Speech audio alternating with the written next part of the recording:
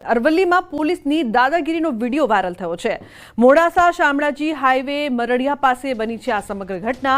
ગત રાત્રિએ મરડિયા પાસે પોલીસે રાજસ્થાની પરિવાર સાથે ઝપાઝપી કરી। આ ઝપાઝપીમાં ગાડીનો કાચ તોડ્યો હોવાનો પણ વિડીયોમાં ઉલ્લેખ કરવામાં આવ્યો છે। હાઈવે ચેકપોસ્ટ પર ઉભેલા કર્મીએ મહિલા સાથે પણ ઝપાઝપી કરી હતી। મહિલા સાથે ઝપાઝપીના વાયરલ વિડીયોમાં દ્રશ્ય અડધી રાત્રે રાજસ્થાની પરિવારના નાના ભૂલકાઓ રસ્તે પરેશાન થતા દેખાયા। તો પોલીસની દાદાગીરી અરવલ્લીમાં જોવા મળી રહી છે, જેમાં જોઈ શકાય છે કે કઈ રીતે પોલીસ છે તે દાદાગીરી કરી રહી છે। પરિવાર રાત્રે હેરાન થયું, નાના જે ભૂલકાઓ છે તે રસ્તામાં પરેશાન જોવા મળ્યા। મહિલા પણ સામેલ હતી કારમાં। કારના કાચ તોડ્યાનો પણ વિડીયોમાં ઉલ્લેખ કરવામાં આવ્યો છે। મહિલા સાથે ઝપાઝપી કરવામાં આવી પોલીસ દ્વારા। ખૂબ જ શરમજનક ઘટના। હાર્દિક જોડાયા છે અરવલ્લીથી ફોન લાઈન પર વધુ માહિતી માટે। હાર્દિક, શું છે સમગ્ર મામલો, પોલીસની દાદાગીરી? લોબના ચોક્કસ જે પ્રકાર શામળાજી હાઈવે ઉપર જે મરડિયા ગામ આવેલું છે ત્યાં પોલીસ દ્વારા ચેકપોસ્ટ બનાવવામાં આવી છે। ખાસ કરીને મોડાસાથી જે ટીન્ટે પોલીસ સ્ટેશન છે તે હદનું જે ચેકપોસ્ટ છે ત્યાં પોલીસની દબંગાઈનો વિડીયો વાયરલ થયો છે। ખાસ કરીને રાજસ્થાનનો એક પરિવાર હતો જે પોતાના બાળકો સાથે જઈ રહ્યો હતો। દરમિયાનમાં જે પોલીસ જવાન છે તેના દ્વારા તેમના ઉપર હુમલો કરવામાં આવ્યો હોવાની આક્ષેપ કરવામાં આવે। સાથે જ લાકડી વડે જે પોલીસ દ્વારા કાચ તોડી દેવામાં આવે કારના। એટલે સમગ્ર મામલાનો જે વિડીયો વાયરલ થયો છે તેના કારણે પોલીસની જે દબંગાઈ છે તેના દ્રશ્યો સામે આવ્યા છે। અને સમગ્ર મામલે જે ઉચ્ચ અધિકારીઓ છે તેમના દ્વારા પણ તેમને રજૂઆત કરવામાં આવી છે દબંગાઈ સામે। એટલે કે કહી શકાય કે જે પ્રકારની ઘટના બની છે ત્યાંથી લોકોમાં ભય છે કે પોલીસ દ્વારા આ પ્રકારની દાદાગીરી કેમ કરવામાં આવી રહી છે, ત્યારે ઉચ્ચ અધિકારીઓ જિલ્લા પોલીસ વડા હોય, એએસપી હોય, તેમના દ્વારા કાર્યવાહી કરવામાં આવ્યા જવાન સામે તેવી માંગણી કરવામાં આવી રહી છે। બિલકુલ હાર્દિક, અહીં દ્રશ્યોમાં મહિલાઓ પણ જોવા મળી રહી છે અને આક્ષેપ એવો પણ થયો છે કે મહિલાઓ સાથે પણ ઝપાઝપી કરવામાં આવી। આટલી મોટી તો શું ઘટના હતી કે પોલીસને આવું બધું કરવું પડ્યું? પરિવાર સાથે આપની વાતચીત થઈ છે, શું કહી રહ્યું છે પરિવાર? ચોક્કસ આ મોડી રાતની ઘટના છે અને પરિવાર જે વખતે રાજસ્થાન તરફથી આવી રહ્યો હતો, ખાસ કરીને એ વખતે જે મહિલા અંદર હતી તેની સાથે પણ બાબત સામે આવી છે। બે બાળકો હતા, સાથે જ જે પ્રકારે આ ઘટના બની તે વખતે લોકોના ટોળા એકઠા થયા હતા। આ ચેકપોસ્ટ હોવાના કારણે અહીં વાહન તપાસ કરવામાં આવે છે। વાહન તપાસ દરમિયાન જે પ્રકારે બબાલ થઈને ત્યારબાદ આ જે બબાલ છે તમામ મારામારીમાં પરિણમી, તેમાં મહિલાઓનો પણ હુમલો કરવામાં આવ્યો છે, બાળકો પણ ગભરાઈ ગયા હતા। એટલે સમગ્ર ઘટના મામલે જે પ્રકારે હવે વિડીયો વાયરલ થયો છે પોલીસની દબંગાઈનો, તેની સામે કાર્યવાહીની માંગણી જોવા મળી રહી છે। જી બહુ આશ્ચર્યની વાત એ પણ છે કે જ્યારે અસામાજિક તત્વો હોય કે પછી દારૂ ઘુસાડવાના પ્રયાસ હાઈવેમાં થતો હોય, એવી જે કારો હોય છે, એવા જે લોકો હોય છે, તેમની વિરુદ્ધ તો પોલીસ કોઈ દિવસ કઈ કાર્યવાહી કરતી નથી। દારૂ ઘુસાડી દેવામાં આવે અને જે અહીં એક પરિવાર છે, પરિવાર મહિલા બાળકો સાથે જઈ રહ્યો છે, તેમની વિરુદ્ધ દાદાગીરી કરવામાં આવે તે કેટલી યોગ્ય? હાર્દિક, લોકોના ચોક્કસ જે પ્રકારે સતત પ્રકારે આપણને બૂમ મળતી હોય છે કે જે પ્રકારે જે લોકો છે દારૂની હેરાફેરી કરતી ગાડીઓ વાળા હોય છે અથવા તો દબંગાઈ કરતા જે લોકો હોય છે, દાદાગીરી કરતા લોકો હોય છે, એમને પોલીસ ક્યારેય પકડતી નથી। પરંતુ જે પ્રકારે પરિવાર સાથે પસાર થતા મુસાફરી કરતા જે લોકો છે તેમના જે પ્રકારે તેમના ઉપર આ પ્રકારનો હુમલો કરવામાં આવતો, આ પ્રકારની તોડફોડ કરવામાં આવતી હોય, એટલે ચોક્કસથી આ ઘટના ચલાવી ન શકાય। કારણ કે લોકોમાં પોલીસ પ્રત્યે એક રક્ષણની ભાવના હોય છે, પરંતુ જે પ્રકારે ડરનો માહોલ પોલીસ સાથે જોવા મળી રહ્યો છે, આ પહેલી બૂમ નથી, અગાઉ પણ આ પ્રકારની ઘટનાઓ જિલ્લામાં બની ચૂકી છે। એટલે કે જે પ્રકારે પોલીસ દ્વારા આ જે પ્રકારે જે કારના કાચ તોડી દેવામાં આવ્યા, બાળકોને ગભરાઈ દેવામાં આવ્યા, મહિલા સાથે ઝપાઝપી કરવામાં આવી, એટલે આ ઘટનાની જે પડઘા છે પડઘા ચોક્કસ જિલ્લાભરમાં જોવા મળી રહ્યા છે। જિલ્લા પોલીસ વડા અને સામે કાર્યવાહી ચોક્કસ કરશે, કારણ કે જે પ્રકારનો કર્મચારી છે, કર્મચારીનું નામ સંજય છે, જે ખુદ રાજકોટથી અહીં આવ્યો છે, કચ્છથી અહીં આવેલા છે, જે પ્રકારે સજાના ભાગરૂપે તેને અરવલ્લીમાં મૂકવામાં આવે છે। એટલે કહી શકાય કે પોતાની નોકરીમાં જે જિલ્લા ફેર બદલી થઈને આવ્યા છે અને ક્યાંક ને ક્યાંક આ પ્રકારનું કૃત્ય જાણે જોઈને કરવામાં નથી આવી, લોકોને રંજાડવામાં નથી આવી રહ્યા। એટલે તપાસનો વિષય છે, જિલ્લા પોલીસ વડા મામલો ચોક્કસ તપાસ કરશે તેવું લોકો માની રહ્યા છે। જી બિલકુલ હાર્દિક, આભાર સમગ્ર માહિતી બદલ। તો અહીં રક્ષક જ ભક્ષકની ભૂમિકામાં જોવા મળી રહી છે।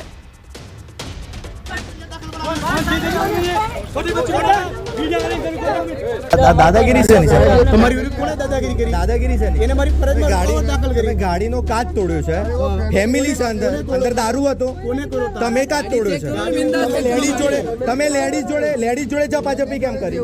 લેડીઝ જોડે તમે વિડીયો છે તમે ઝપાઝપી કરી, વિડીયો છે, આક્ષેપ નહીં, વિડીયો છે, વિડીયો છે, કેમ ઝપાઝપી કરવી પડી? ગાડીનો કાચ કેમ તોડવો પડ્યો? ગાડીનો કાચ કેમ તોડવો પડ્યો? ગાડીનો આ વિડીયો ચાલુ છે. ગાડીનો કાચ કેમ તોડવો પડ્યો? ગાડીનો કાચ તોડ્યો છે ને બેન, તમારી જોડે ઝપાઝપી કરી ને? ઝપાઝપી આ છોકરા છે, આ નાના નાના છોકરા છે, અને તમે ઝપાઝપી કરો છો. આ ગાડીનો કાચ તોડી નાખ્યો છે. તો નાના બાળકો અહીં રડી રહ્યા છે, છતાં પણ પોલીસ સતત દાદાગીરી કરી રહી છે. આ પરિવારના કારની કાચ પણ તોડવામાં આવી.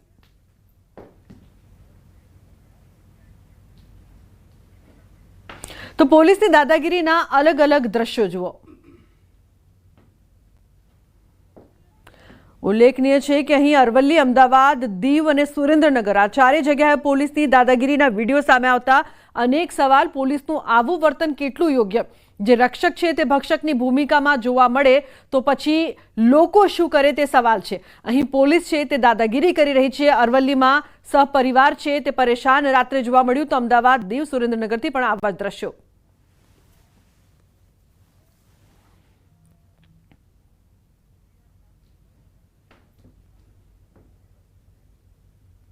તો ભાજપ પ્રદેશ અધ્યક્ષ સી આર પાટીલ જૂનાગઢમાં સંબોધન કરી રહ્યા છે. સીધા જઈશું ત્યાં. નથી તો આવો આપણે સંકલ્પ કરીએ કે આ વખતે વિસાવદરના મતદાર ભાઈ અને બહેનોને વિશ્વાસમાં લઈને આપણે આ વખતે ભારતીય જનતા પાર્ટીના ઉમેદવાર ભાઈ શ્રી કિરીટ પટેલને જીતાડીએ. સંકલ્પ લેવા તૈયાર છો? પડકાર ઝીલવા તૈયાર છો? પડકારમાં હારી ન જવાય એની ચિંતા તમારે કરવી પડશે. કરશો ને? મને વિશ્વાસ છે મિત્રો, મને વિશ્વાસ છે તમારી તાકાતમાં, મને વિશ્વાસ છે વિસાવદરના હોશિયાર મતદાતા ભાઈ બહેનોમાં. એમને એમનું ભવિષ્ય ખબર પડે છે, એમને વિસાવદરની પ્રગતિમાં રસ છે. અને એટલા જ માટે અમે જ્યારે પરમ દિવસે સુરતમાં જે વિસાવદરના આગેવાનો રહે છે એમની જ્યારે મિટિંગ કરી તો લગભગ 8 થી 10,000 વિસાવદરના મૂળ જે આગેવાનો એમણે કહ્યું કે અમે જઈશું, એક એક ઘરમાં જઈશું, અમે એક એક ગામમાં ફરીશું, અમે બધાને કન્વિન્સ કરીશું. જ્યારે સુરતથી આગેવાનો અહીં આવીને કામ કરવા તૈયાર છે, એના જ કારણે આજે રઘુભાઈ આવ્યા એ રોકાવાના છે, અમારા નિરંજનભાઈ જાજમેરા આવ્યા એ રોકાવાના છે, દિનેશભાઈ જોધાણી આવ્યા સુરતથી, પૂર્વ ડેપ્યુટી મેયર એ અહીંયા રોકાવાના છે, ભાઈ શ્રી ભરતભાઈ બોગરા એ રાજકોટથી આવીને રોકાવાના છે. આવા અનેક લોકો એ તમારી સાથે જોડાઈને કામ કરવા માંગે છે. મિત્રો આવો આપણે તમારે 19મી તારીખે મતદાન કરીને 23મી તારીખે જ્યારે ભવ્ય વિજય સરઘસ ભાઈ શ્રી કિરીટભાઈ પટેલનું ભારતીય જનતા પાર્ટીના ઉમેદવારનું વિજય સરઘસમાં જોડાવા માટે હું આપ સૌને આજથી જ આમંત્રણ આપું છું. આપ સૌ એમાં પધારો એ જ વિનંતી સાથે હું મારી વાતને વિરામ આપું છું. જય જય ગરી ગુજરાત, ભારત માતા કી. ધન્યવાદ.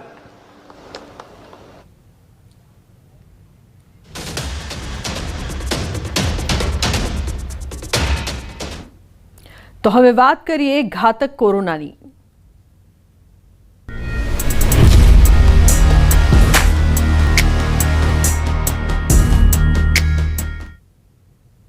તો રાજ્યમાં કાળમુખા કોરોનાએ ફરી હાહાકાર મચાવ્યો છે. એક અઠવાડિયામાં કોરોનાના કેસોનો 3 ગણો વધારો. ગુજરાતમાં કોરોનાના કેસની સંખ્યા 1000ની નજીક. દેશમાં કોરોનાના કેસની સંખ્યા 6000ને પાર પહોંચી છે. કોરોનાની ચોથી લહેરના ભણકારા તેજ થયા છે. આજે અમદાવાદમાં કોરોનાથી એક કિશોરીનું મોત નીપજ્યું. તો રાજકોટમાં કોરોનાના નવા 10 કેસ નોંધાતા ફફડાટ. બનાસકાંઠામાં 3 દિવસમાં 5 તબીબોને કોરોના વધતા કોરોનાના કેસને લઈને આરોગ્ય તંત્ર એલર્ટ થયું છે. સંવાદદાતા પ્રણવ લાઈવ જોડાયા છે વધુ માહિતી આપવા માટે. જે પ્રકારથી કોરોના છે તે સતત પ્રસરી રહ્યો છે પ્રણવ, ચિંતાનો વિષય પણ, કારણ કે મોતના આંકડા પણ સામે આવી રહ્યા છે. શું વધુ અપડેટ છે કોરોનાને લઈને અને તંત્ર શું કરી રહ્યું છે?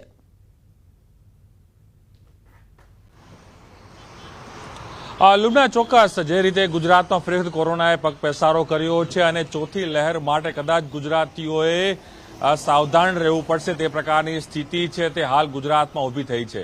ખાસ કરીને અમદાવાદ શહેરમાં જે રીતે કોરોના વધી રહ્યો છે ત્યારબાદ હવે રાજકોટ અને જે કહી શકાય કે બનાસકાંઠાના જે ઉત્તર ગુજરાતના જે વિસ્તારો છે તેમાં પણ કોરોના દસ્તક છે તે આપી દીધી છે. સમગ્ર ભારત વર્ષની અંદર હાલ જે 6,000 કોરોના કેસીસ નોંધાયા છે તેમાં સૌથી વધુ જે કેસ નોંધાયા છે તે ગુજરાતમાં 980 કેસ છે. તેમાં પણ 500 ને જે સૌથી વધુ જે 500થી પણ વધુ જે કેસો છે તે માત્ર અમદાવાદ શહેરમાં નોંધાયા છે. એટલે આપ એ અંદાજો લગાવી શકો છો કે ગુજરાતનું સૌથી મોટું મહાનગર અમદાવાદ શહેર ફરી વખત કોરોનાની દહેશત વચ્ચે જોવા મળી રહ્યું છે, કારણ કે સતત કોરોના કેસીસમાં છેલ્લા એક સપ્તાહથી વધારો જોવા મળી રહ્યો છે. 4 વ્યક્તિઓના મોત પણ થઈ ગયા છે કોરોના કારણે. ખુદ તંત્રએ એની પુષ્ટિ કરી છે. 2 જે મોત છે એલજી હોસ્પિટલમાં થયા છે અને 2 મોત જે છે તે સોલા સિવિલમાં થયા છે. અને ખાસ કરીને આજે પણ એક કિશોરીનું જે મૃત્યુ થયું છે કોરોનાને પગલે. એટલે આપણે ચોક્કસ કહી શકાય કે તંત્ર પણ સાબદું બન્યું છે. અમદાવાદ શહેરની અંદર અમદાવાદ મહાનગરપાલિકા દ્વારા જે અમદાવાદ સંચાલિત હોસ્પિટલો છે, એસવીપી હોસ્પિટલ છે, શારદાબેન હોસ્પિટલ છે, એલજી હોસ્પિટલ છે, વીએસ હોસ્પિટલ છે, તમામ હોસ્પિટલોની અંદર જે ટેસ્ટ કરવાની જે પ્રક્રિયા હોય છે કોરોનાને લઈને તે આરંભી દેવામાં આવી છે. કારણ કે તંત્રને એ ભણકારા લાગી ગયા છે કે હજુ પણ કોરોના વધી શકે છે, કારણ કે આ એક જાતનો વાયરસ છે.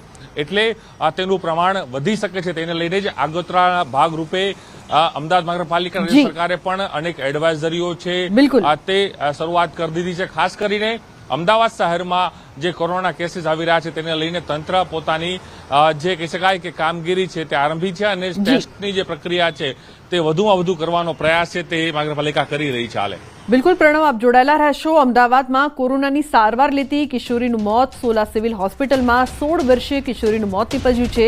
મૂળ સાબરકાંઠાની કિશોરી 4 જૂનના રોજ સોલા સિવિલ હોસ્પિટલમાં દાખલ કરવામાં આવી હતી.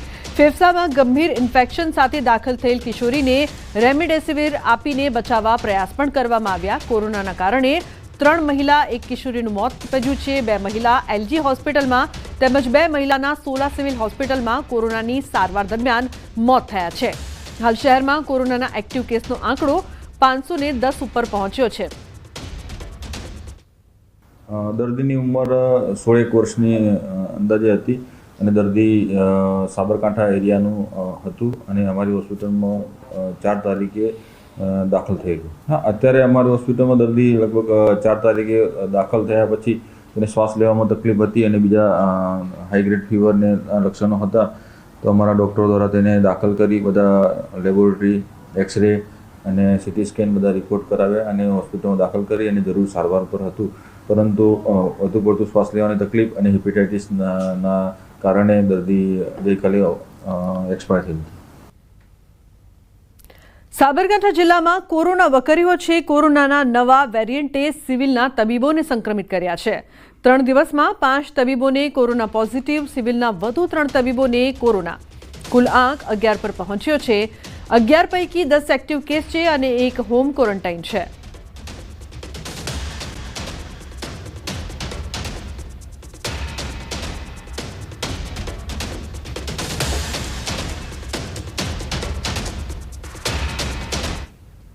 તો જેપી નડ્ડા સંબોધન કરી રહ્યા છે. 11 વર્ષમાં મોદી સરકારની સિદ્ધિને લઈને તેઓ ચર્ચા કરી રહ્યા છે, જાણકારી આપી રહ્યા છે. સીધા જઈશું ત્યાં.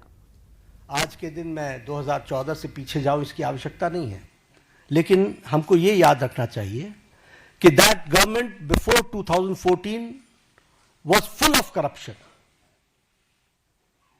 भ्रष्टाचार से आकंठ डूबी हुई सरकार थी, घोटालों से में संलिप्त सरकार थी, वाली सरकार थी. एक नेगेटिविज्म का वातावरण था, कुछ नहीं बदलने वाला. लेकिन 2014 के बाद हमने ऑप्टिमिज्म देखा है. The shift, when I talk about political culture, I talk about the shift from negativism to positivism. आज हम मतलब मैं नहीं, फ्रॉम नेगेटिविज्म टू पॉजिटिविज्म. आज हम मतलब मैं नहीं, भारत का आम नागरिक कहता है मोदी है तो मुमकिन है. मोदी जी के बारे में ये धारणा बनना कि वह समस्याओं का सॉल्यूशन करेंगे और समस्याओं को सॉल्व करेंगे, ये आम व्यक्ति की धारणा बन गई है। और इसीलिए हम ये भी कह सकते हैं कि ऑप्टिमिज्म में विकास, आविष्कार और नवाचार, ये तीनों चीज़ें जुड़ी हैं। आज हम डेवलपमेंट भी कर रहे हैं और उसके साथ साथ हम बेस्ट प्रैक्टिसेस भी ला रहे हैं, नवाचार भी हो रहा है और इस तरीके से विकास के काम को आगे बढ़ाया है। अगर मैं मोदी जी के शब्द में बताऊं तो उन्होंने कहा है कि this decade will prove to be the base of the development of the future विकसित भारत। और इसी काम को लेकर के जो हम लोगों ने उनके नेतृत्व में जो उन्होंने नीतियां दी, परफॉर्म, ट्रांसफॉर्म, रिफॉर्म, इसको हर पॉलिसी में हम सबको देखने को मिलता है, हर नीति में हमको देखने को मिलता है। एवरी पॉलिसी आप देखेंगे तो इट्स डिफरेंट। पुरानी पॉलिसीज में भी जो चेंजेस आई हैं वो इसलिए कि रिफॉर्म चाहिए और उसी के साथ साथ हमको ट्रांसफॉर्म करना है और इसके लिए परफॉर्म करना है। और एक बेसिक સમાચારનો પ્રવાહ યથાવત રહેશે। હાલ રોકાઈશું એક બ્રેક માટે। આપ જોતા રહો ન્યૂઝ 18 ગુજરાતી।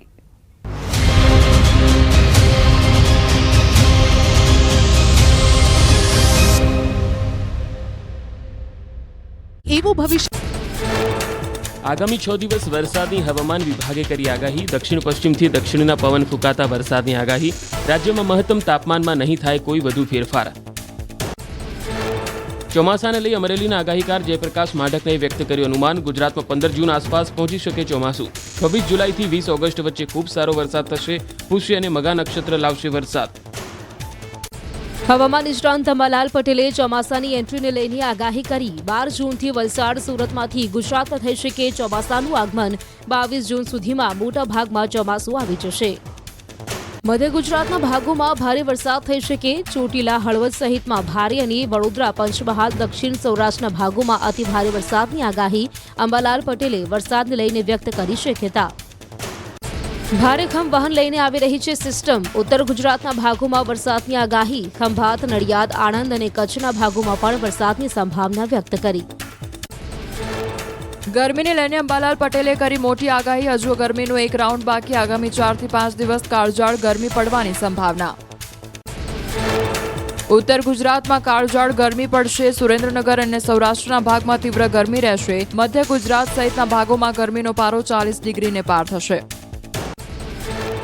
મણિપુરના ઇમ્ફાલમાં પૂર બાદ પ્લાસ્ટિક કચરાનો જોવા મળ્યો ઢગલો।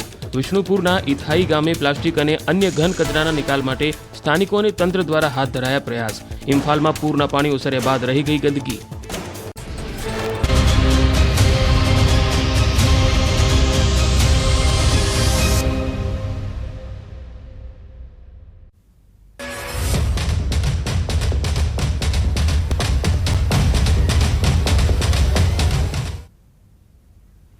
Welcome back. સમાચારમાં આગળ વાત કરીએ તો બનાસકાંઠાના અમીરગઢના ખેમરાજિયા ગામે દીપડાનો હુમલો। દીપડાએ 3 લોકોને ગંભીર ઇજાઓ પહોંચાડવા દોડભાગ। એક મહિલા સહિત 2 પુરુષોને દીપડાએ પહોંચાડી ઇજા। દીપડાના આતંકથી ગંભીર ઇજાગ્રસ્ત થયેલા 3 લોકોને સારવાર અર્થે પાલનપુર સિવિલ ખસેડાયા। તો દાંતા પંથકમાં રીંછ તો અમીરગઢ વિસ્તારમાં દીપડાના હુમલાથી લોકોમાં ફફડાટ ફેલાયો છે। ખેમરજાના ભીખીબેન ડુગાઈસા, રમેશભાઈ ડુંગાઈસા અને વાલાભાઈ ડામોરને દીપડાએ ઈજા પહોંચાડી। તો ગ્રામજનોમાં દહેશતનો માહોલ જોવા મળી રહ્યો છે। અંબાજીના દાંતાના ગાઝીપુર ગામે રીંછે હુમલો કર્યો છે। ગાઝીપુરમાં ખેતરમાં કામ કરતા ખેડૂત પર રીંછે હુમલો કરતા ગંભીર રીતે ઘાયલ થયો। રીંછના હુમલામાં માથા સહિત શરીરના અનેક ભાગે ઈજાઓ પહોંચી છે। ખેડૂતે બૂમાબૂમ કરતા લોકો દોડી આવતા રીંછ જંગલમાં પલાયન થયું હતું। ઇજાગ્રસ્તને દાંતા રેફરલ હોસ્પિટલ ખાતે લઈ જવાયો હતો, પરંતુ ઇજાઓ વધુ હોવાના કારણે તેને પાલનપુર સિવિલ હોસ્પિટલમાં ખસેડવામાં આવ્યો છે। રીંછના હુમલાની ઘટનાને લઈને રાત્રિ દરમિયાન ખેતરોમાં કામ કરતા ખેડૂતોમાં ફફડાટ ફેલાયો છે। રીંછ આદમખોર બને તે પહેલા રેસ્ક્યુ કરવાની માંગ કરવામાં આવી છે। તો 4 પગનો આતંક બનાસકાંઠા અને અંબાજીથી દ્રશ્યો અહીં સામે આવી રહ્યા છે। બનાસકાંઠામાં પણ 4 પગના આતંકથી લોકો પરેશાન। દીપડાએ હુમલો કર્યો તો બીજી તરફ રીંછે હુમલો કર્યો છે અંબાજીમાં, જે બાદ લોકોમાં ડરનો માહોલ છે। તો તો રીંછ જંગલમાં પલાયન થયું હતું. દીપડાનો હુમલો, બીજી તરફ રીંછનો હુમલો. ગ્રામજનોમાં ભયનો માહોલ બનાસકાંઠા અને અંબાજીમાં. સુરતમાં વધુ એક યુવકે આર્થિક તંગીના કારણે આપઘાત કર્યો છે. પાંડેસરાના દક્ષેશ્વર નગરમાં 25 વર્ષીય યુવકે આપઘાત કર્યો છે. યુવકે પોતાના જ ઘરમાં ગળે ફાંસો ખાઈને આપઘાત કર્યો છે. તો વિશાલ નરવાડે નામના યુવકની મંદીના કારણે નોકરી છૂટી ગઈ હતી. યુવક છેલ્લા 5 મહિનાથી નોકરીની શોધમાં હતો. યુવકને નોકરી ન મળતા બેરોજગાર હોવાથી જીવન ટૂંકાવ્યું. આપઘાતને લઈને પાંડેસરા પોલીસે કાર્યવાહી હાથ ધરી છે.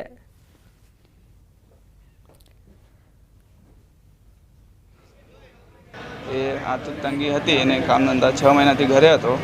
એના પપ્પાને કેન્સર બી થયો હતો. દવાખાનો ખર્ચો બહુ થઈ ગયો હતો. એટલે લોન લીધેલી હતી. લોનવાળા બી હેરાન કરતા હતા એને વારે ઘડી. એમાં ઘરમાં કચકચ થતી હતી તો એને નોકરી મળતી નહીં હતી. એના હિસાબે એ લોકોનો ઝઘડો થયો. એ પછી બાએ સુસાઇડ કર્યું છે. પાલનપુરમાં પોલીસ કોન્સ્ટેબલનો આપઘાત કેસ. પોલીસે ફરિયાદ નોંધી હાથ ધરી છે તપાસ. મોડી રાત્રે પરિવારજનોએ મૃતદેહ સ્વીકાર્યો છે. ભુજ જિલ્લામાંથી સસ્પેન્ડ થઈને સુરત ગ્રામ્યમાં ફરજ બજાવતા પાલનપુરના પોલીસ કોન્સ્ટેબલે આત્મહત્યા કરી હતી. પાલનપુરના જગાણા ગામના વતની પોલીસ કોન્સ્ટેબલ વિદલભાઈ ચૌહાણે આત્મહત્યા કરી હતી. પોલીસ કોન્સ્ટેબલે આત્મહત્યા કરતા પહેલા લખી હતી સુસાઇડ નોટ. પોલીસ અધિકારીઓ પર લગાવ્યા હતા આરોપ.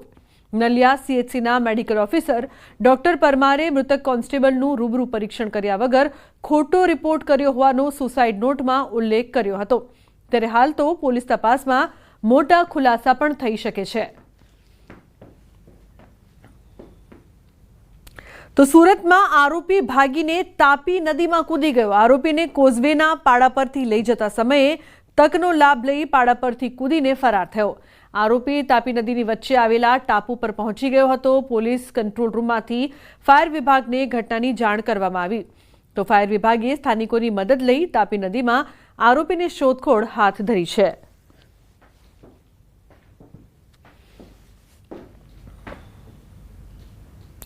સમાચારમાં આગળ વાત કરીશું. રફતારના રાક્ષસ બેફામ.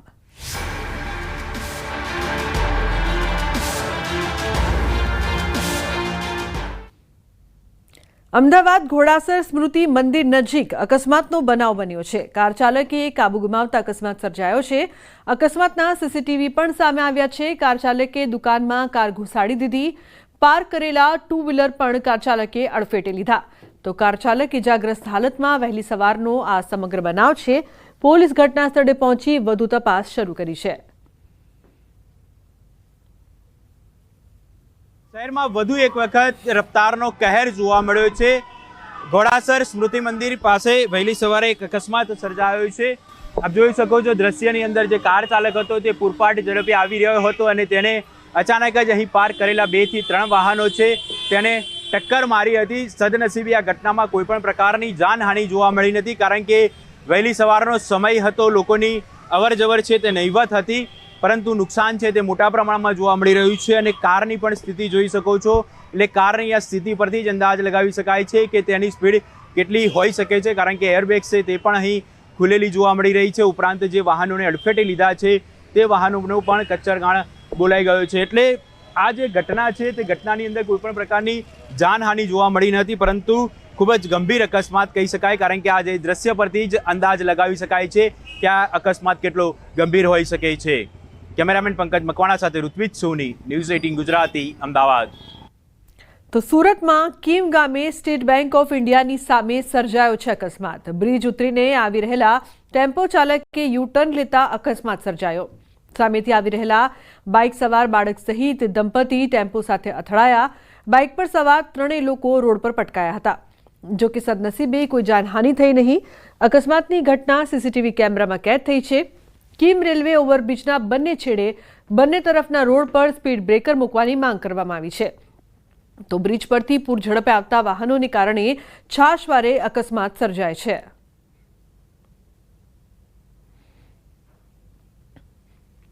મુંબઈથી થાણે જતી એક્સપ્રેસ ટ્રેનમાંથી કેટલાક લોકો નીચે પડી ગયા. થાણેના મુંબ્રા રેલવે સ્ટેશન પર CSMT તરફ જતી ફાસ્ટ લોકલ ટ્રેનમાંથી મુસાફરો પાટા પર પડી ગયા હતા. પ્રાથમિક માહિતી મુજબ 10 થી 12 મુસાફરો પડી ગયા હોવાનું સામે આવ્યું છે. ટ્રેનમાં વધુ પડતી ભીડના કારણે મુસાફરો દરવાજા પર લટકીને મુસાફરી કરી રહ્યા હતા, જે દરમિયાન આ અકસ્માત થયો છે. રેલવે વહીવટી તંત્ર અને પોલીસ ઘટના સ્થળે પહોંચી ગઈ છે. ઘાયલોને તાત્કાલિક નજીકની હોસ્પિટલમાં લઈ જવામાં આવ્યા છે. અકસ્માતની તપાસ શરૂ કરવામાં આવી છે. રાજસ્થાનના સુલતાનપુરમાં બે બાઇક વચ્ચે જોરદાર ટક્કર થઈ છે. અકસ્માતના સીસીટીવી સામે આવ્યા. પૂરપાટ આવતી બાઇક અન્ય બાઇક સાથે ટકરાઈ. ટક્કર એટલી જોરદાર હતી કે બંને બાઇક સવારો દૂર ફંગોળાઈ ગયા. સદનસીબે આ ઘટનામાં કોઈ જાનહાનિ થઈ નહીં. ફૂટેજમાં જોઈ શકાય છે કે એક મોટરસાયકલ બહુ જ તેજીથી આવી રહી છે અને સામે તરફથી આવી રહેલી બીજી મોટરસાયકલ સાથે તેની જોરદાર અથડામણ થાય છે. આ અથડામણ એટલી ભયાનક હતી કે બંને વાહન ચાલકો ઘણા મીટર દૂર રોડ પર ફંગોળાઈ જાય છે.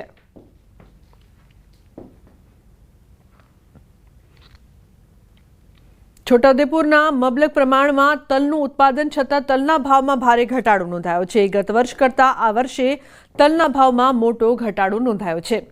તલના ઓછા ભાવથી ખેડૂતોમાં નારાજગી જોવા મળી રહી છે. કમોસમી વરસાદ અને હવે ભાવ ઘટાડાના કારણે ખેડૂતોની મુશ્કેલી વધી છે. આ વર્ષે ખેડૂતો મજૂરી, બિયારણ, પાણી અને લોનના ખર્ચ પણ ઉઘરાવી શક્યા નથી. ખેડૂતોનું કહેવું છે કે આ સ્થિતિમાં તેઓ દેવદાર બન્યા છે અને બાળકોના ભવિષ્યની તૈયારી પણ જોખમમાં મુકાઈ છે.